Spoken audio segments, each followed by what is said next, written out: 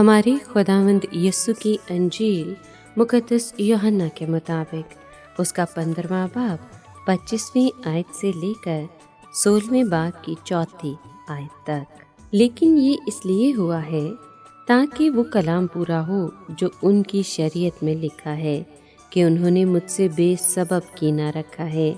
मगर जब वो वकील आएगा जिसे मैं तुम्हारे लिए बाप की तरफ से भेजूंगा, जो बाप से मुनबसिक है, तो वो मेरी गवाही देगा और तुम भी गवाही दोगे, क्योंकि तुम शुरू से मेरे साथ हो।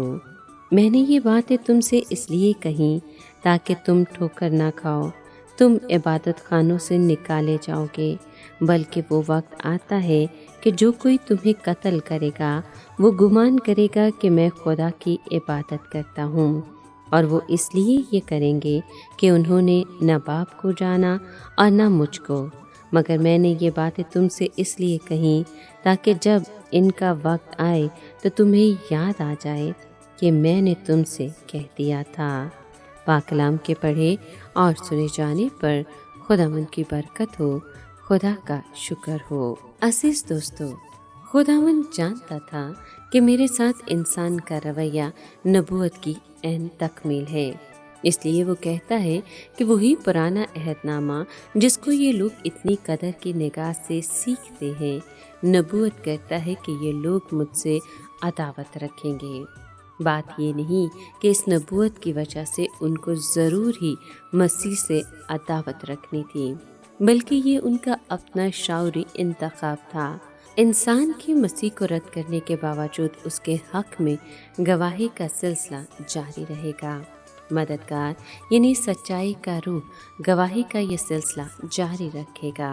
मसीह यीशु कहता है कि रूह को मैं बाप की तरफ से भेजूंगा। रूहुल कुदुस मसीह की गवाही देता है। ये उसका अजीम मिशन है। रूहुल कुदुस शागिर्दों की मार्फत बराह रास्त गवाही देगा। वो शुरू ही से खुदा के साथ थे, यानी जब उसने एलानिया खिदमत का आगाज़ किया था। गालिबन शागिर्दों के दिलों में भी वही उम्मीद थी जो आम यहूदी कौम में थी कि मसीह मौद अपनी दुनियावी सल्तनत कायम करेगा और रोम की कुव्वत रेजा रेजा हो जाएगी। इसके बरक्स उसने उनको बताया कि मैं मरूंगा, दोबारा जी उठूंगा और फिर आसमान पर वापस जाऊंगा।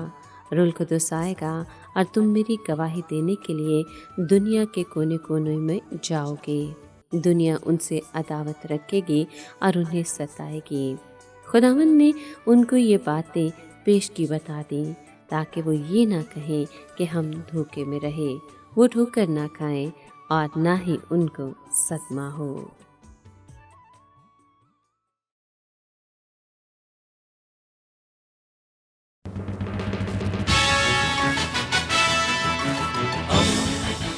दोस्ती का पैगंबर, रेडियो वेरितास एशिया।